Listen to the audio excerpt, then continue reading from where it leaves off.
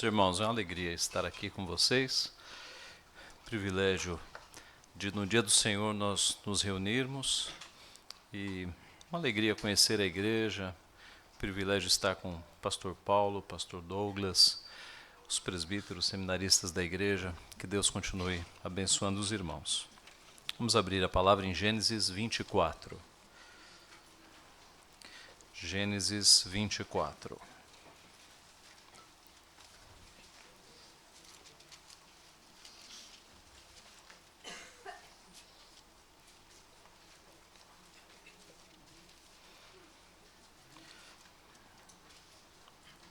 Gênesis 24.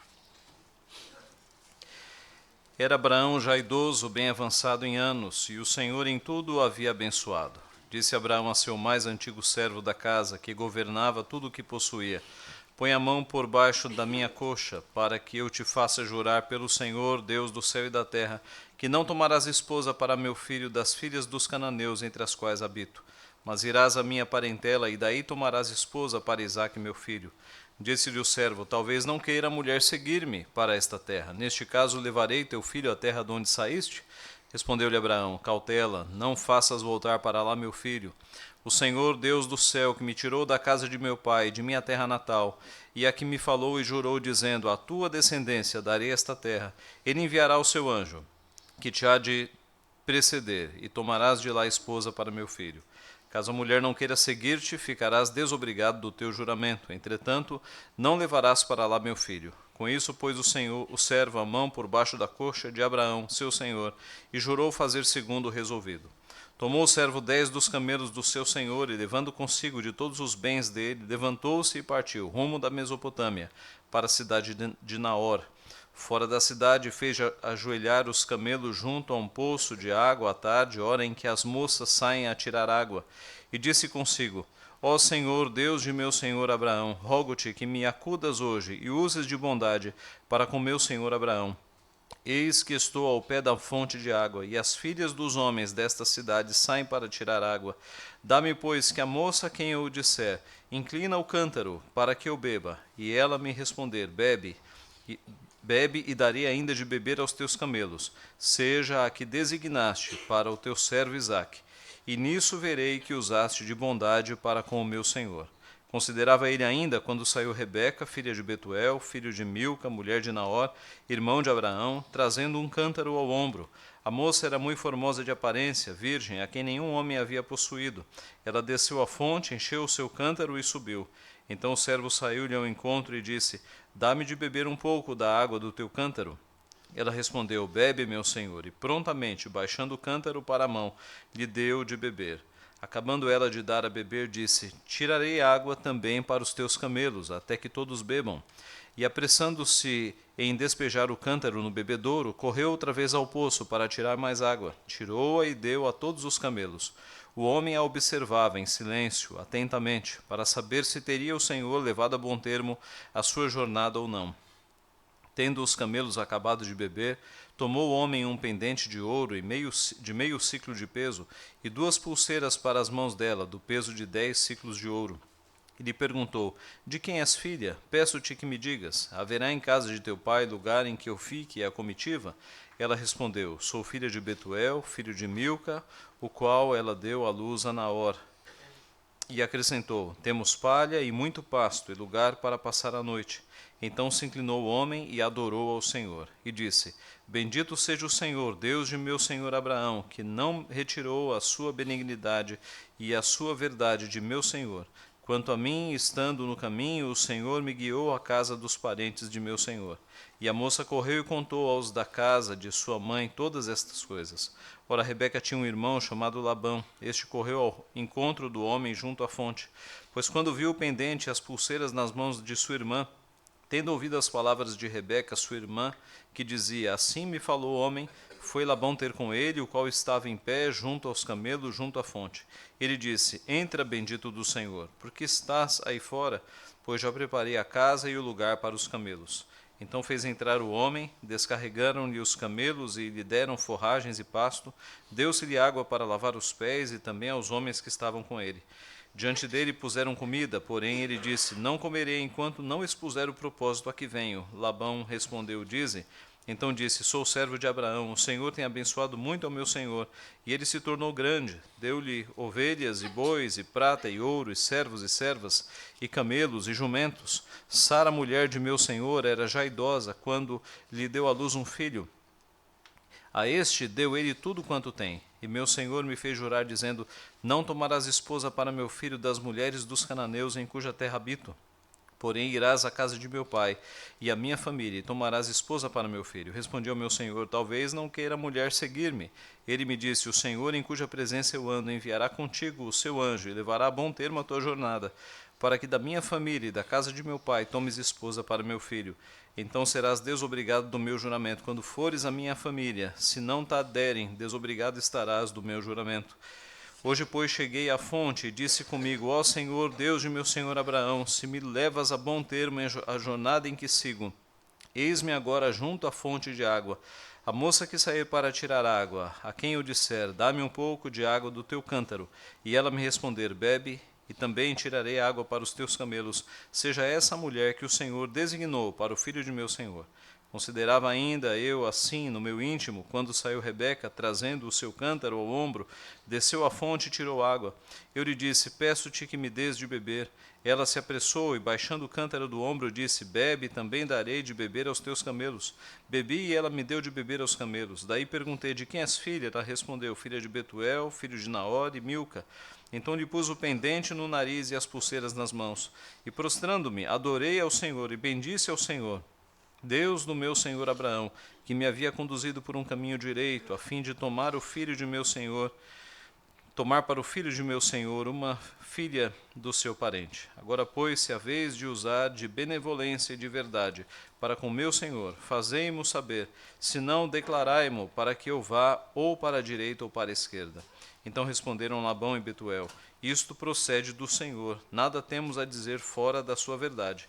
Eis Rebeca na tua presença.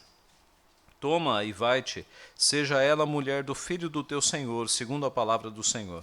Tendo ouvido o servo de Abraão tais palavras, prostrou-se em terra diante do Senhor, e tirou joias de ouro e de prata e vestidos, e os deu a Rebeca. Também deu ricos presentes a seu irmão e a sua mãe. Depois comeram e beberam, ele e os homens que estavam com ele, passaram a noite. De madrugada, quando se levantaram, disse o servo: Permiti que eu volte ao meu senhor. Mas o irmão e a mãe da moça disseram: Fique ela ainda conosco alguns dias, pelo menos 10, e depois irá. Ele, porém, lhes disse: Não me detenhais, pois o Senhor me tem levado a bom termo na jornada. Permiti que eu volte ao meu senhor. Disseram: Chamemos a moça e ouçamo-la pessoalmente. Chamaram, pois, a Rebeca e lhe perguntaram: Queres ir com este homem? Ela respondeu: Irei. Então despediram a Rebeca, sua irmã, a sua ama e ao seu servo, e ao servo de Abraão, e a seus homens. Abençoaram a Rebeca e lhe disseram: És nossa irmã, sê tu a mãe de milhares, e que a tua descendência possua a porta dos seus inimigos. Então se levantou Rebeca com suas moças, e montando os camelos, seguiram o homem. O servo tomou a Rebeca e partiu. Ora, Isaque vinha de caminho de Beer-Laroi, porque habitava na terra do Neguebe. Saíra Isaque a meditar no campo ao cair da tarde. Erguendo os olhos viu, e eis que vinham camelos. Também Rebeca levantou os olhos e, vendo a Isaque, apeou do camelo. E perguntou ao servo: Quem é aquele homem que vem pelo campo ao nosso encontro? É o meu senhor? É o meu senhor, respondeu. Então tomou ela o véu e se cobriu.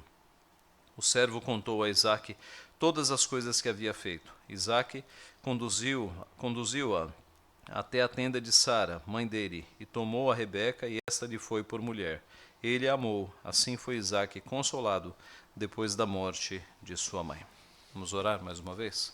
Pai Santo, nós te louvamos por este dia, por esta manhã em que estamos na tua casa, adorando o teu nome, e agora quando nós temos a tua palavra, Pai, novamente diante dos nossos olhos, pedimos que o Senhor abra a nossa mente, o nosso coração, para entendermos a tua palavra, e que o teu Santo Espírito, Pai, aplique na nossa vida, a fim de que sejamos transformados por ela, Pai. Te agradecemos por esta igreja, pelo teu povo que se reúne aqui, e pedimos a tua bênção, Pai, sobre a tua instrução na nossa vida nesta manhã. É o que te pedimos em nome de Jesus. Amém.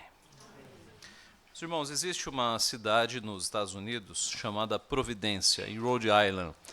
E essa cidade, ela nos dá uma lição interessante. Quem nos nossos dias daria o nome de uma cidade de Providência aqui no Brasil? Providência não é um assunto muito tratado no nosso meio. Isso nos mostra a distância em que nós estamos dos nossos pais espirituais, que consideraram o tema tão importante ao ponto de dar o nome de uma cidade de Providência. Aqui nos nossos tempos, fala-se em providência, no máximo, quando alguém é livrado de algum problema, de algum acidente, e aí alguém diz, foi a providência de Deus. Mas a providência de Deus é muito mais do que o livramento em situações de acidente. A providência de Deus é o que nos sustenta, é o que nos mantém.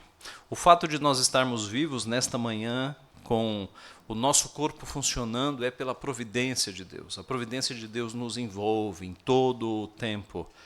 E isso nos mostra a importância dessa doutrina.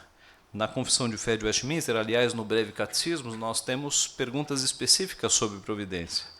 E a resposta à pergunta 11 diz que as obras da providência são a sua maneira de Deus, muito santa, sábia e poderosa, de preservar e governar todas as suas criaturas e todas as ações das suas criaturas. A história que nós temos hoje diante dos nossos olhos é um belíssimo exemplo da providência de Deus.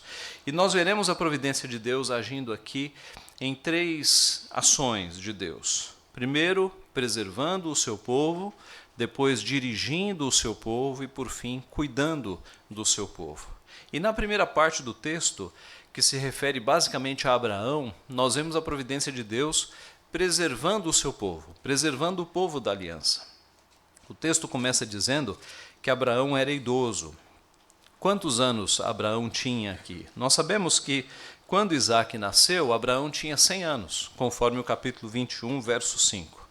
E no capítulo 25, verso 20, nós temos a informação que quando Isaac se casou, tinha 40 anos. Então o texto começa aqui com Abraão por volta de 140 anos. Já era um homem idoso, já era um homem velho. Sara havia falecido. No capítulo anterior, capítulo 23, nós temos o registro da morte de Sara. Então Abraão aqui está idoso, possivelmente de cama, e por isso que ele passa a missão de buscar uma esposa para o servo, não vai ele mesmo, possivelmente de cama, e possivelmente sofrendo a sua viuvez, porque há pouco havia perdido a sua esposa. Abraão está preocupado, porque Deus havia lhe feito uma promessa, que da sua geração nasceria um povo tão grande, maior que a areia que está na praia do mar e as estrelas que estão no céu. Mas eis que o seu filho Isaque está com 40 anos e não se casou. Numa época em que as pessoas se casavam muito cedo, se casavam ali na adolescência. Mas, por motivos que Deus estabeleceu, Isaque está com 40 anos. E Abraão já está vendo que a morte se aproxima e ele não viu a concretização das promessas de Deus. Isaque, 40 anos e não se casou. É por isso que ele dá a missão ao servo mais velho da sua casa, o de maior confiança, faz com que ele jure solenemente que ele conseguirá uma esposa da própria parentela. Abraão não quis que a esposa saísse daquela terra, porque aquela terra tinha homens que não eram tementes a Deus. E ele faz com que a sua esposa, seja a esposa do seu filho, seja buscada na terra da sua própria parentela. A vida de Abraão não fora fácil até então. Abraão teve um filho na sua velhice e lembremos-nos de que Deus pediu para que Abraão sacrificasse esse filho. Possivelmente Isaque, na época ali do sacrifício, fosse um adolescente, porque ele teve forças para carregar a lenha, ele mesmo, e ele viajou com o seu pai. Não é? A vida de Abraão não tinha sido fácil. E agora este filho está com 40 anos e não se casou ainda. A providência de Deus age. Nós vimos até o final do capítulo. No final do capítulo nós vemos que Deus coloca Rebeca como aquela que, casando-se com Isaque, dará continuidade a aliança e cumprirá as promessas que Deus fez. A providência de Deus, então, neste primeiro momento, ela tem a ver com a preservação do povo de Deus. É neste povo, é nesta descendência que lá na frente nascerá o Messias. Então nós temos uma implicação messiânica aqui. Se Isaac não se casa e não tem filhos, você não tem o nascimento do Messias. Deus cuidou para que o seu povo fosse preservado. E houve outros momentos na história em que, por forças malignas, o povo de Deus se viu em desafio de continuidade. E Deus fez com que o povo caminhasse. Nós vemos isso, meus irmãos, desde o início da Bíblia. Nós vemos esta preservação na vida de Sete, que deu continuidade depois da morte de Abel. Nós vemos isso na vida de Noé, de Sem, de Abraão e Ló. Nós vemos que quando o problema para a continuação do povo foi a corrupção geral do mundo, na época de Noé, Deus separa um justo com a sua família. Nós vemos que quando o problema era a esterilidade de Sara, Deus faz com que ela fique fértil. E agora, quando o problema é a falta de uma esposa, Deus providencia a esposa. É um Deus que preserva o seu povo. É que Deus é um Deus que cumpre de fato as suas promessas. Satanás passou séculos tentando acabar com o povo de Deus, tentando impedir o nascimento do Messias lá na frente. E muito próximo do nascimento de Jesus, a última tentativa de Satanás foi instigar Herodes a matar todas as crianças de 2 anos para baixo. Lá no Apocalipse nós temos, em forma de parábola, o dragão que está diante da mulher que está com dores de parto. E nós vemos que depois de tantas tentativas, todos os planos de Satanás são frustrados, porque a providência de Deus preserva o seu povo. Assim, meus irmãos, nós vemos que esta profecia feita a Abraão de uma descendência numerosa, ela cumpre-se plenamente em Cristo Jesus. A descendência de Abraão não é uma descendência étnica que tem a ver apenas com os judeus, mas tem a ver com os gentios que foram enxertados. É uma promessa feita não aos descendentes, como se falando de muitos, mas ao descendente. O descendente é Cristo. E quem está em Cristo entra nesta promessa. De modo que hoje, quando nós olhamos para muitas nações, inclusive o Brasil, que seguem a Jesus Cristo, nós somos o Israel espiritual, nós somos parte desta promessa. E tudo isso porque lá atrás Deus fez com que o seu povo fosse preservado. Na história de Esther, por exemplo, nós vemos que houve um ataque ali de Satanás, cujo objetivo era acabar com o povo de Deus. E Deus levanta os seus servos e faz com que haja uma reversão do plano, e Deus protege de fato o seu povo. Meus irmãos, há momentos na história em que homens maus tentam acabar com o povo de Deus, tentam acabar com filhos de Deus. Eu me lembro de uma história que não tem a ver com a descendência messiânica, mas tem a ver com o diabo tentando de fato destruir pessoas piedosas. História registrada no livro da nossa irmã Corrie ten Boom, o famoso livro Refúgio Secreto, que depois tornou-se até filme. E ali mostra uma história de preservação de uma família muito interessante. Diz o livro que essa família morava na Holanda e havia ali judeus que estavam sendo perseguidos pela polícia nazista. E essa família decidiu criar um cômodo falso na sua casa. Parece que a entrada era num guarda-roupa e dava para uma parede falsa. E eles escondiam ali judeus que estavam sendo perseguidos. Daí o nome do livro, Refúgio Secreto. Mas eis que os policiais nazistas investigaram e descobriram que aquele era um refúgio e levaram não apenas os judeus que estavam escondidos, mas toda a família. E era uma família protestante. E o livro, em boa parte, vai mostrar as histórias dentro de campos de concentração. Como estas irmãs, a Corrie e a sua irmã, elas evangelizaram e elas foram instrumentos de Deus ali no evangelismo pessoal, na salvação de muitos judeus que haviam sido capturados. E é um momento marcante do livro em que eles passam as prisioneiras, eles vão passar as prisioneiras por uma transferência de local e eles fazem uma revista nestas prisioneiras. E a revista consiste em que os guardas ficam enfileirados e as prisioneiras vão passando uma a uma para serem revistadas. E Corrie, ela adaptou uma Bíblia amarrada num barbante que ela guardava por baixo das roupas. E ela percebeu que nessa revista, e elas usavam uma camisola, nessa revista ela seria pega e seria morta. Ela vai até o banheiro, ora ao Senhor, pedindo que aguarde, porque ela usava aquela Bíblia de fato para evangelização, e ela vai para a revista. E diz o livro que ela passa no meio daquela fileira de guardas e ninguém toca nela. E ela não sabe o que aconteceu, ela sabe que Deus a guardou, que Deus a livrou.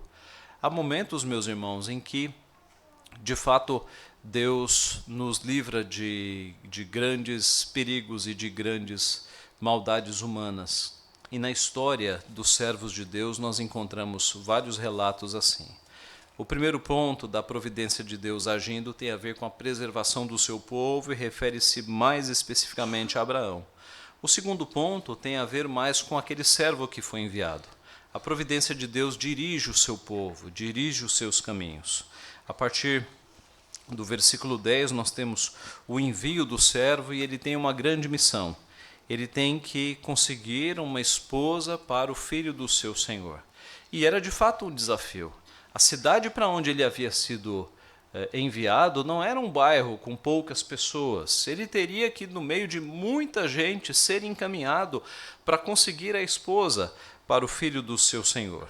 Ele ora então e ele pede um sinal a Deus. Ele pede que Deus o dirija no sentido de que a moça a quem ele pedir água, ela se dispuser a oferecer água não apenas a ele, mas a toda a sua comitiva e a todos os seus camelos, essa seria a moça que Deus estaria dirigindo. E o texto nos mostra então no versículo 27 a oração e a adoração do servo quando isso se cumpriu.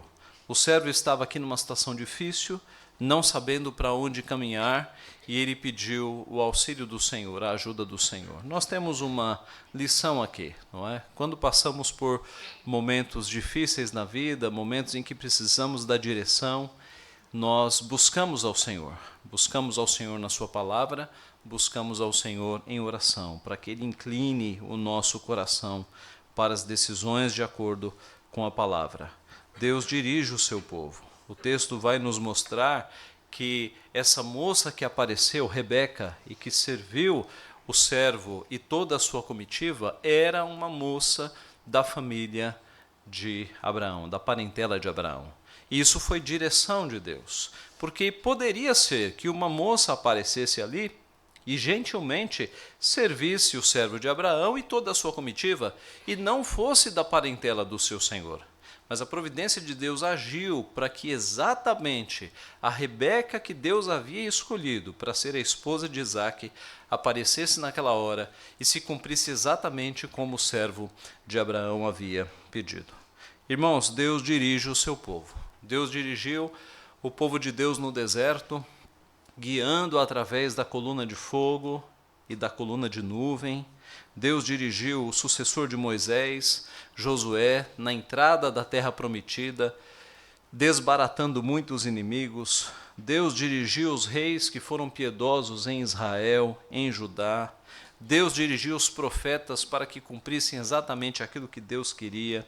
Deus dirigiu os apóstolos. Deus dirige Ananias para que ele se encontre com Paulo. Deus dirige o evangelista Felipe para que ele se encontre com Eunuco. Pedro para que se encontre com Cornélio. Paulo direcionando nas cidades que ele deveria e não deveria pregar o evangelho. É um Deus que dirige o seu povo. É um Deus que está à frente. Individualmente ele nos dirige também. Vários versículos mostram isso. Por exemplo, Provérbios 20 e 24.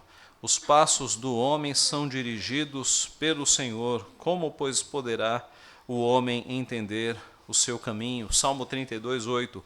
Instruir-te-ei e te ensinarei o caminho que deves andar, e sob as minhas vistas te darei conselho. O conhecido Salmo 119, versos 104 e 105. Por meio dos teus preceitos consigo entendimento. Por isso detesto todo o caminho de falsidade. Lâmpada para os meus pés é a tua palavra, e luz para os meus caminhos. É um Deus que, primeiro, preserva o seu povo. Segundo, dirige o seu povo. Em momentos de indecisões, de tomada de decisões, nós podemos confiar no Senhor, buscar sabedoria na sua palavra e comunhão em oração, e crer que Deus nos direciona, Deus nos dirige. Se o primeiro momento foi o momento mais específico a Abraão e a Isaque e a descendência, o segundo momento é muito importante na vida do servo de Abraão, quando ele é dirigido pelo Senhor numa tarefa difícil e Deus o acompanha e Deus o dirige. Chegamos ao terceiro momento, é a providência de Deus cuidando do seu povo. O terceiro momento, ele tem mais a ver com Isaque, com o próprio Isaque.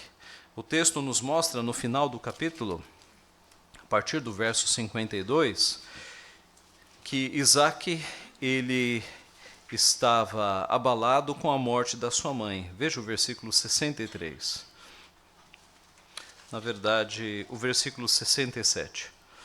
Isaque conduziu-a até a tenda de Sara, mãe dele, tomou a Rebeca, e esta lhe foi por mulher. Ele amou. Assim foi Isaque consolado depois da morte de sua mãe.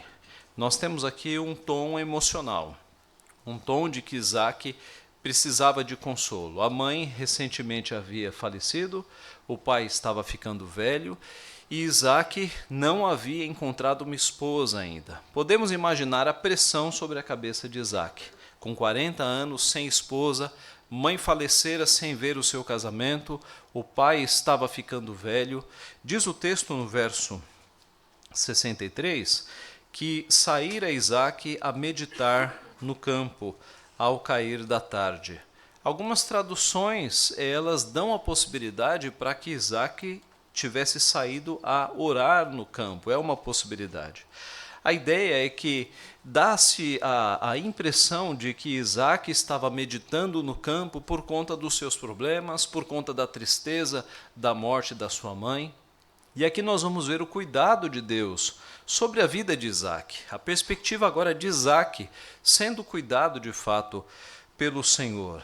Nós vemos que tudo se encaminha e Deus cumpre o seu plano, consolando Isaque por meio de Rebeca. Ora, Deus cuida de fato de nós. Abraão estava aflito por não ter filhos. Deus lhe prometeu Isaque. Sara estava sendo humilhada por Agar. Deus lhe deu Isaque. Agora Abraão preocupado com a continuação da sua descendência e por fim Deus vai mandar Rebeca. Deus cuida do seu povo no deserto, dando comida, bebida, não deixando que as roupas e os chinelos se pereçam. Deus cuida de José no Egito, de Daniel e dos seus amigos na Babilônia, dos seus profetas e dos seus apóstolos no meio de muitas perseguições. Deus cuida do seu povo. E Deus cuidou do seu povo de forma definitiva quando mandou Jesus Cristo para nos salvar, para morrer na cruz do Calvário, justificando aqueles que o Pai lhe concedera. Romanos 8, 28. Sabemos que todas as coisas cooperam para o bem daqueles que amam a Deus, daqueles que são chamados segundo o seu propósito. Note que o texto começa com a informação de que Abraão era muito idoso, e o texto termina com a lembrança de que Sara havia morrido, mas Deus estava cuidando de Isaque. É um Deus que cuida do seu povo. Deus estava de fato cuidando do seu servo, consolando o seu servo Isaque. Deus cuida dos nossos irmãos da Bíblia. Deus cuida da nossa vida. Deus de fato zela, cuida dos seus filhos. A providência de Deus, concluindo, se faz muito clara na história de Isaac. A providência de Deus é muito clara na nossa vida, nos envolvendo, cuidando de nós, nos preservando, nos dirigindo e cuidando. Eu gostaria de terminar com uma história que eu acho das mais bonitas quando nós falamos de providência, que tem a ver com um casal norte-americano. Há uns anos atrás, havia um casal nos Estados Unidos que tinha um filho de 18 anos, um filho único. E esse filho se envolveu num acidente de moto e veio a falecer. 6 meses depois desta morte, o marido descobriu estar com um câncer muito agressivo e ele veio a óbito também. No enterro, a viúva foi até o enterro do marido e era uma situação de degelo e ela escorregou e quebrou o fêmur e foi para o hospital. No hospital ela passou por uma cirurgia e pegou infecção hospitalar e ficou ali um bom tempo no hospital. E talvez você esteja se perguntando, pastor, onde é que está a providência nessa história? Filho único que morre num acidente de moto. 6 meses depois morre o marido. No enterro do marido, ela escorrega, quebra o fêmur, vai para uma mesa de cirurgia, pega infecção hospitalar. Onde é que está a providência de Deus nessa história? A providência está em que o médico desta mulher, ele estava para sair de férias, quando precisou, ele estava para sair de férias e atendeu todos os pacientes e só faltou essa senhora. Ele ligou então para um colega e contou a situação e o colega assumiu e disse, não, tudo bem, vá viajar que eu vou visitar a sua paciente. E esse colega chegou no hospital, pegou o prontuário da paciente e enquanto ia para o quarto foi lendo o prontuário e essas informações estavam todas lá. E ele foi fazendo na mente a ideia do tipo de paciente que ele encontraria. Muito provavelmente alguém em grande tristeza e depressão até. Mas o espanto foi quando ele chegou no quarto e ele encontrou ali uma mulher sentada na cama, lendo a Bíblia, com um semblante bastante sereno. O médico ficou ali na porta, olhando para aquela mulher, chocado com a cena, e ela percebeu que ele estava ali parado olhando, e com um sorriso ela disse, posso ajudá-lo, doutor? E o médico, a cabeça dele entrou em parafuso. Ele a atendeu, foi para a sala de descanso dos médicos, encontrou ali um Novo Testamento e começou a ler o Novo Testamento. E leu muito o Novo Testamento. E Deus o converteu. Esse médico, ele começou a fazer pesquisas na área da fé relacionada com a saúde, com a recuperação de pacientes.